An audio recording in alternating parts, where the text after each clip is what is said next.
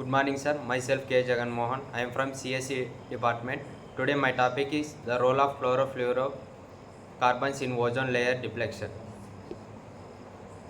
And this video presentation we will see the role of chlorofluorocarbons in ozone layer depletion case and case study examine how chlorofluorocarbons release. Introduction to ozone layer and chlorofluorocarbons. The ozone layer is a protective layer in the Earth stratosphere that absorbs most of the sun's harmful ultraviolet radiation. Chlorofluorocarbons are man-made chemicals that have been widely used in refrigeration, air condition, and aerosol propellants. Understanding how chlorofluorocarbons affect the ozone layer chemicals for environmental protection and health. This ozone layer protects us from heavy harmful radiation from the sun, which will be released in the sunlight. Water chlorofluorocarbons. Chlorofluorocarbons are composed of chloro, fluoro, and carbons atoms, making them stable and non-reactive in the lower atmosphere. They were first synthesized in the late 19th century and became popular due to their stability and non-toxic properties. Common example including freon used in reaction and air condition systems. How chlorofluorocarbons enter the atmosphere. Chloro are released into the atmosphere primarily through industrial process and consumer products. Once released, they are chemical stable and can stay in the atmosphere for decades. Their long atmosphere lifetime allows them to reach the stratosphere where ozone layer deflection creates. We can see in image how the chlorofluorocarbons enter into the earth. Chlorofluorocarbons and the ozone layer. When chlorofluoro reaches the stratosphere, they are broken down by ultraviolet radiation from the sun. This breakdown releases chlorine atoms, which are highly reactive with ozone molecules. The chloro atoms catalyze the destruction of ozone, leading to the thinning of the ozone layer. We can see, imagine how they are broke down by ultraviolet from the sun, that heavy harmful radiation which are harmful to the human beings. The ozone layer protecting the that harmful radiations. The ozone depletion process. Chlorine atoms from chlorofluorocarbons react with ozone molecules, converting them into oxygen. This reaction reduces the ozone concentration, creating ozone holes and thinning the protective layer. This process is cyclic, allowing a single chlorine to destroy thousands of ozone molecules.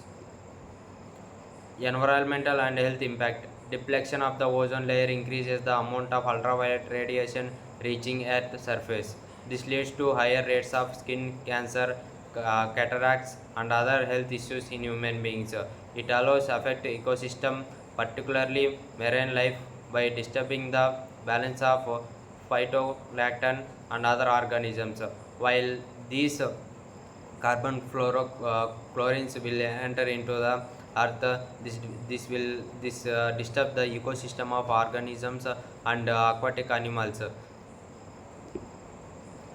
International responsibles and regulations.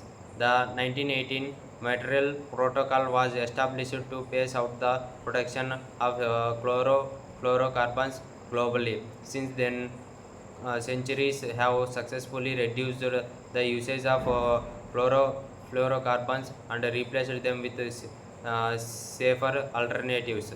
These effects have led to the sign of ozone layer recovery, though even though full restoration will take a process. We can see image how the restoration process will taking. Case study: the Atlantic Ocean ozone layer hole.